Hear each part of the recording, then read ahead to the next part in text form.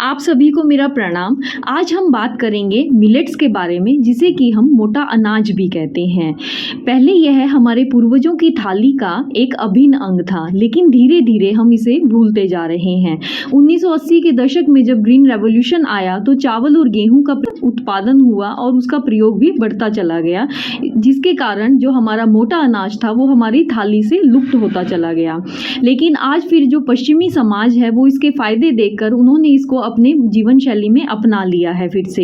इसीलिए इस वर्ष को international year of the millets घोषित किया गया है, ताकि इसका जो उपयोग है और जो इसका जागरूकता है वो लोगों में बढ़े और उससे वो इसका स्वास्थ्य लाभ ले सकें। तो आज हम बात करेंगे कितने प्रकार के मिलेट्स होते हैं, उससे हमें क्या क्या लाभ होता है अगर हम उसको अपने नियमित जो हमारी भोजन है उसमें अगर उसको ऐड करते हैं।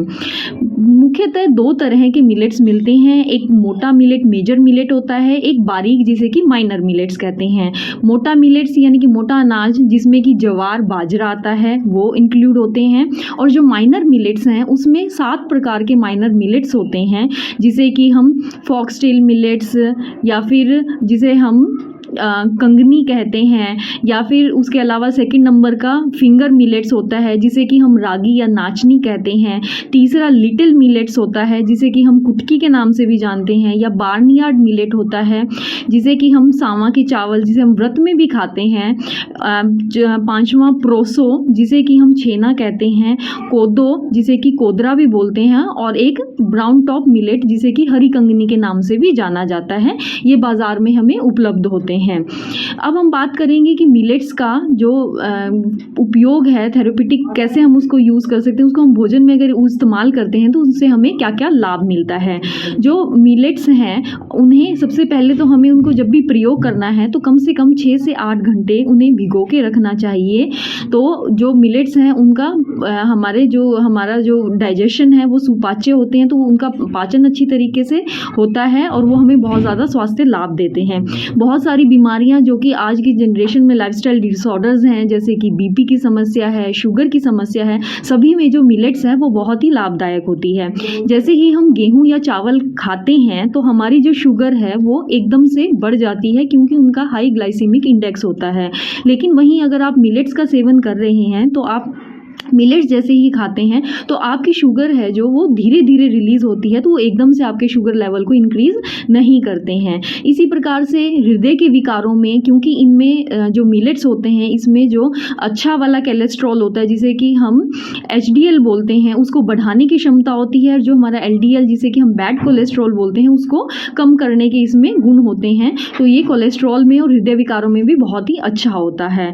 बहुत सारे न्यूट्रिशनिस्ट हैं जो डाइट वाले हैं वो वेट कम करने के लिए, वेट लॉस के लिए भी मिलेट्स का उपयोग खाने में ऐड करवाते हैं, क्योंकि जो मिलेट्स होते हैं ये आपके जैसे आप इसका सेवन करते हैं तो आपका पेट भरा भरा लगता है, जिससे कि आप बार बार खाना नहीं खाते हैं और जिससे धीरे धीरे आपका वेट कम हो जाता है, आपका वेट लूज होता है। तो उसके लिए भी इसका बहुत अच्छा प्रयोग करते हैं। ऐसे ही कैंसर की बीमारियों में इसका मिलेट्स का अगर नियमित सेवन करते हैं तो उसमें भी इसका लाभ मिलता है। ग्लूटेन फ्री होता है यह। बहुत सारे रोगी, सीलिएक बीमारी के बहुत सारे रोगी होते हैं, उसमें वह गेहूं या चावल का प्रयोग नहीं कर सकते हैं, तो उनके लिए गेहूं का प्रयोग नहीं कर सकते हैं, तो उनके लिए एक बहुत ही अच्छा विकल्प होता है, क्योंकि यह ग्लूटेन फ्री, उनके जो सीलिएक बीमारी के पेशेंट होते हैं उन्हें ग्लूटेन फ्री भोजन के लिए बहुत सारे ऑप्शंस नहीं मिलते हैं, बहुत सारी वो तरह की बहुत प्रोटीनियस बहुत डाइट लेते हैं, तो एक बहुत अच्छा ऑप्शन होता है ये सीलिएक बीमारी के ग्लूटेन फ्री होने के कारण। तो ऐसे ही यह हमें हमारे जीवन शैली का एक बहुत ही अच्छा हिस्सा है, बहुत ही हमें इससे अगर हम इसे अपनी जीवन शैली में ऐड करते हैं तो यह आपका स्वास्थ्य वर्धन बहुत अच्छे से करता है। जो इसका लेने का तरीका है, आपको किसी एक मिलेट पे निर्भर नहीं होना है, कुछ दिन एक लीजिए उसके बाद दूसरा लीजिए, धीरे धीरे इसे जीवन शैली में ऐड करना है, क्योंकि हम गेहूं और चावल के हमारी जो शरीर है वो आदी है, इसलिए आप इसको तीनों समय ना लेकर केवल एक समय हमारे भोजन के किसी भी एक समय में आप इसको ऐड करते रहिए। दूसरे कुछ टाइम तक एक लीजिए, उसके बाद दूसरे वाले मिलेट्स को आप ऐड करते हैं तो आप देखेंगे कि आप बहुत अधिक स्वास्थ्य लाभ लेते हैं। तो जो हमारे पूर्वजों का था, जो हमारे पूर्वजों ने जो हमारे अच्छे जो जीवन शैली ली थी, लेकिन कुछ कारण से अब इसमें मिलेट्स में जो पानी की लागत है वो भी 70% तक कम होती है। इसमें पेस्टिसाइड्स और फर्टिलाइजर्स के उपयोग की भी ज़रूरत नहीं होती है। तो पूर्ण रूप से ऑर्गेनिक होते हैं और इनकी बहुत सारी रेसिपीज़ बनती हैं। आप इनसे रोटी बना सकते हैं, आप इनसे चावल बना सकते हैं, खिचड़ी आदि सभी जो भोजन पदार्थ हैं जो कि गेहूँ और चावल से बनते हैं, वो सभी पदार्थ इनसे बहुत आसानी से बनाए जा सकते हैं। मात्र इसमें ध्यान रखना होता है कि इसमें आपको इनको भिगो कर ही आपको प्रयोग करना है।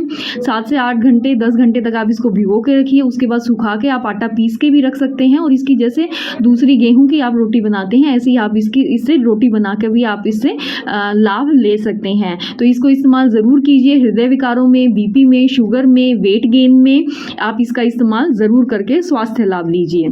धन्यवाद।